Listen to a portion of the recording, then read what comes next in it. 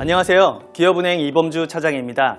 코로나로 인해 연말 그리고 새해맞이 분위기가 나지 않는 요즘인데요. 하루빨리 코로나가 사라지고 우리의 일상이 돌아왔으면 하는 바람입니다. 지난번 영상에서 연말정산에 대한 기본적인 내용과 소득공제, 세액공제의 개념, 그리고 코로나가 바꿔놓은 2020년 연말정산 내용에 대해 살펴보았는데요. 오늘은 맞벌이 부부에 대한 연말정산 꿀팁을 소개해드리겠습니다. 요즘 맞벌이 부부 참 많으실 텐데요. 어떻게 하면 더 많이 공제받을 수 있는지 맞벌이 부부의 절세 팁 알려드립니다. 맞벌이 부부라면 부양가족에 대한 공제는 세율이 높은 쪽, 즉 소득이 높은 사람이 받는 것이 유리합니다. 이때 부양가족 공제를 받은 사람이 해당 가족에게 따라오는 추가 공제나 교육비 공제, 신용카드 공제, 의료비 공제 또한 받을 수 있다는 점에 주의해야 합니다. 또한 국세청 연말정산 미리보기 서비스를 통해 서로의 소비를 확인하여 한쪽으로 카드를 몰아서 사용하는 것이 유리합니다. 카드 소득 공제는 총 급여의 25%가 넘는 금액을 소비할 때부터 공제를 받을 수 있기 때문에 부부 둘 다 25%를 넘지 않게 사용했다면 총 급여가 낮은 쪽으로 남은 기간 카드를 몰아서 사용해 주시고요. 25%가 넘었다면 소득이 더 높은 쪽으로 몰아서 사용해 주시는 게 더 유리합니다. 연금저축도 각자 납부하는 것이 부담이 된다면 소득이 낮은 쪽으로 몰아서 납입하는 것도 좋은 방법입니다. 그리고 맞벌이 부부는 각각 소득이 있기 때문에 서로 부양가족 공제 대상이 아니지만 의료비에 한해서는 배우자의 의료비도 몰아서 받는 것이 가능합니다. 의료비의 경우 총 급여의 3%를 초과하는 금액에 대해서만 세액공제가 가능하니 소득이 적은 쪽으로 의료비를 몰아서 사용하는 것이 유리합니다. 또한 의료비 세액공제는 유일하게 부양가족의 소득 요건과 연령 요건을 모두 보지 않습니다. 가령 직장인 자녀가 소득이 있는 아버지에게 지출한 의료비도 공제 대상이니 이 부분도 확인해주면 좋겠죠.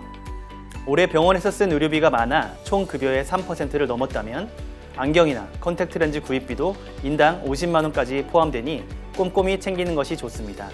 잘 아시다시피 연말정산에서 가장 큰 공제는 부양가족 공제입니다. 부양가족 한 명당 150만원을 공제받을 수 있고 경로자나 장애인 등 공제 사유에 해당되면 추가 공제도 받을 수 있습니다. 따라서 다시 한번 놓치고 있는 부양가족은 없는지 잘 살펴봐야 합니다. 부양가족 공제를 받으려면 해당되는 요건을 만족해야 하는데요. 만 60세 이상의 직계 존속, 만 20세 이하의 직계 비속, 만 20세 이하 또는 만 60세 이상의 형제, 자매여야 합니다.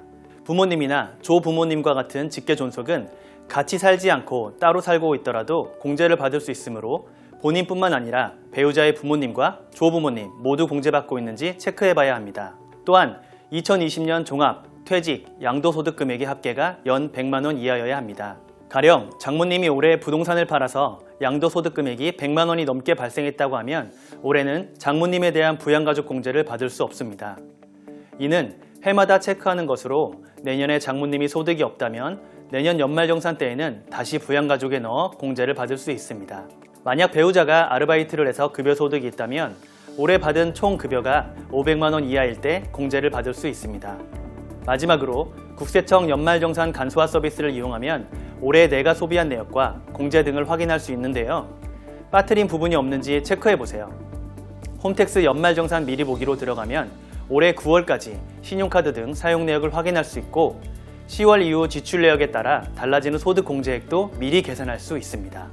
미리 체크해보시고 공제받을 수 있는 것이 별로 없다면 연말 전에 저축과 세금 혜택을 동시에 받을 수 있는 연금저축과 퇴직연금에 추가 납입하여 연말정산을 대비하는 것이 좋습니다.